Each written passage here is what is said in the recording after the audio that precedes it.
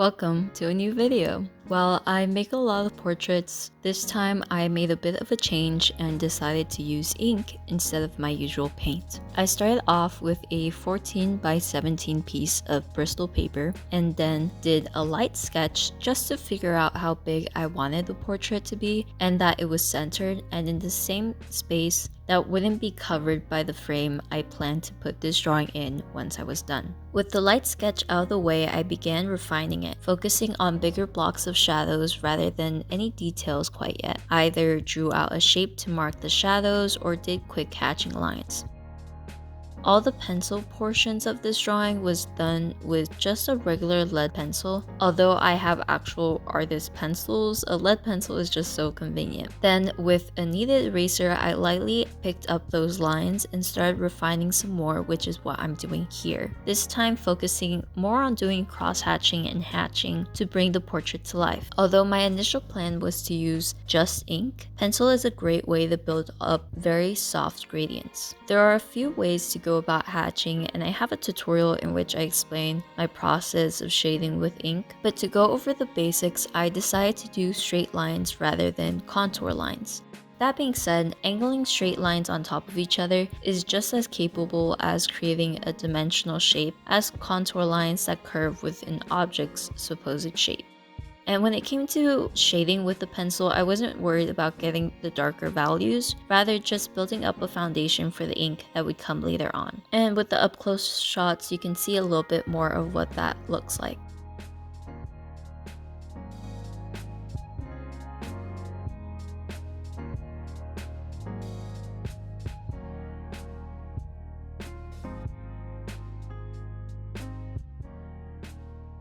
And with the pencil done, I started with the ink.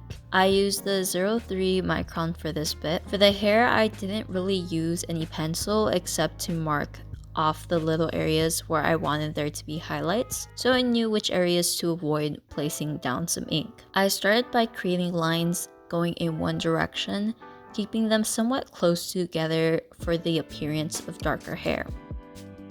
While my lines do start to curve at one point, I wasn't really bothered by it, especially because I knew I was going to do some cross-hatching for the darker areas and the curved lines wouldn't be as noticeable.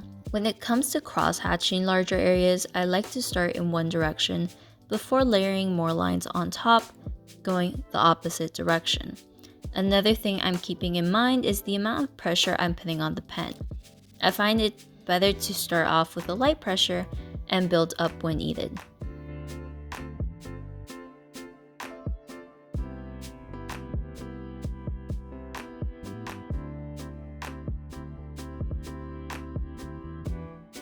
And as you can see, I did a little bit of cross-hatching for the hair just for the bigger areas of shadows. And for the face, I went in with a smaller micron, 005. And there were a lot of smaller details, and as such, I wanted a finer tip pen.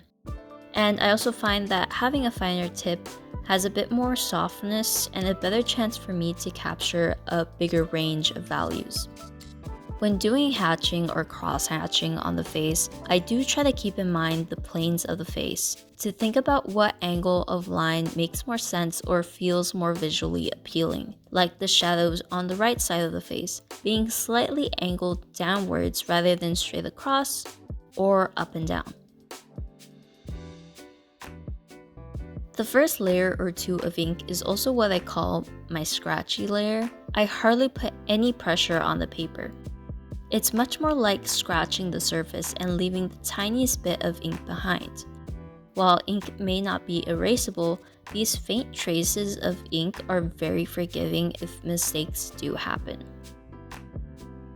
However, on the areas I knew were going to be quite dark, I decided to go all in, as with the eyes and the eyebrows. And this gives me a great reference point for how dark or how light I can go for the rest of the face. Once I felt comfortable with the initial layers of ink, I went back in and darkened up some more areas. Now, by simply adding more lines on top of what I've already done, those areas will become darker. But the closeness between those new lines and the pressure I place will also increase that darkness. So I always try to keep that in mind as I work.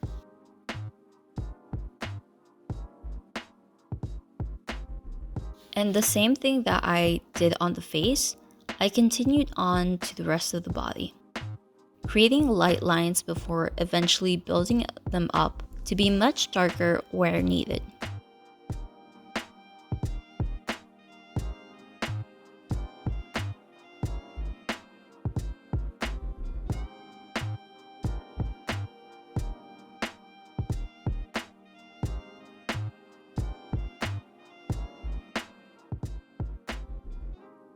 And this is a bit of a deceptively long process.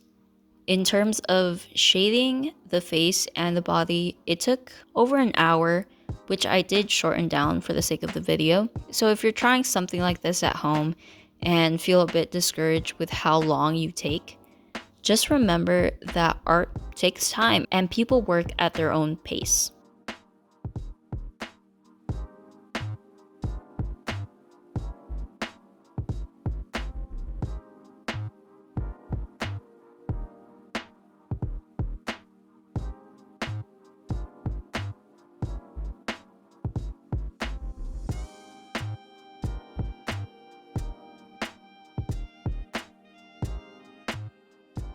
Now, by the time I was finishing up with ink, I had decided I wanted to add color.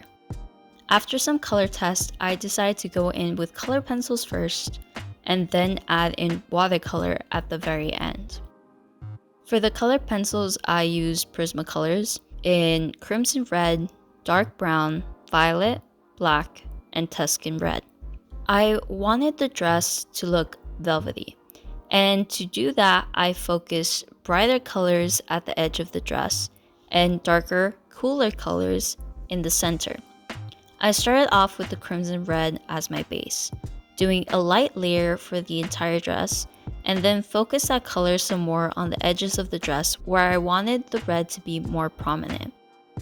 I wasn't too worried about making it a solid color yet, because I like doing a lot of layering when it comes to color pencil.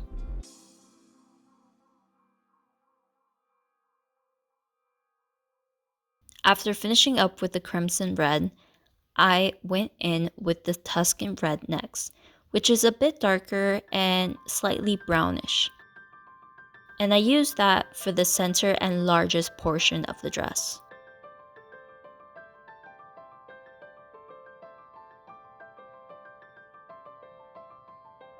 The Tuscan Red was a really good base for blending the color pencils, as it was still red, but a bit darker to offer some more contrast.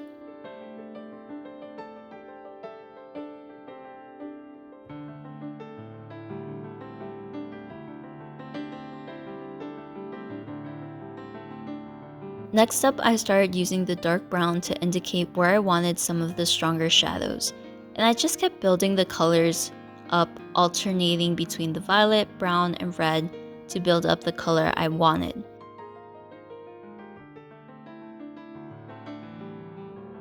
In areas with shadows, I used more of the violet, and in areas where I really wanted to emphasize that shadow, I also included some more of the black.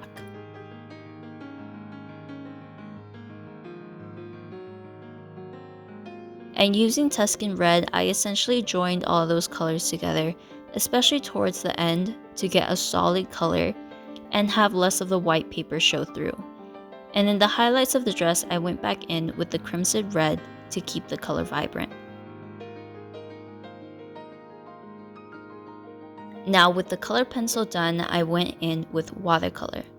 While my original plan was to do watercolor, I realized that the Bristol paper wasn't really best for that, so I decided to keep the washes of watercolor to a minimum, instead using it to emphasize the color I had already built up with the color pencils.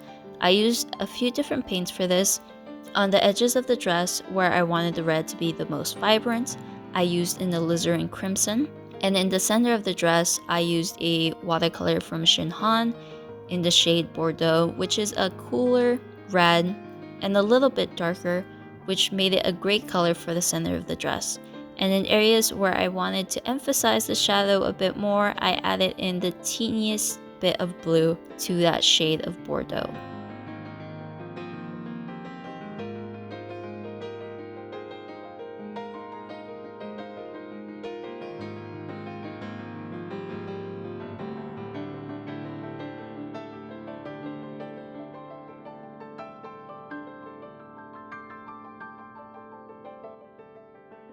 And with the portrait done, it was time to put it in the frame. I had this frame lying about and intended for this portrait to live in the frame from the start.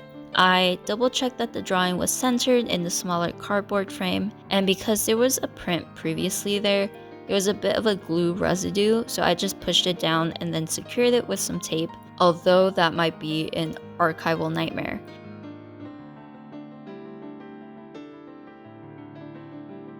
And with that done, I slid it into the frame, made sure it was secured well, and here we have the finished piece all framed, and I love how it came out, and I hope y'all enjoyed the video.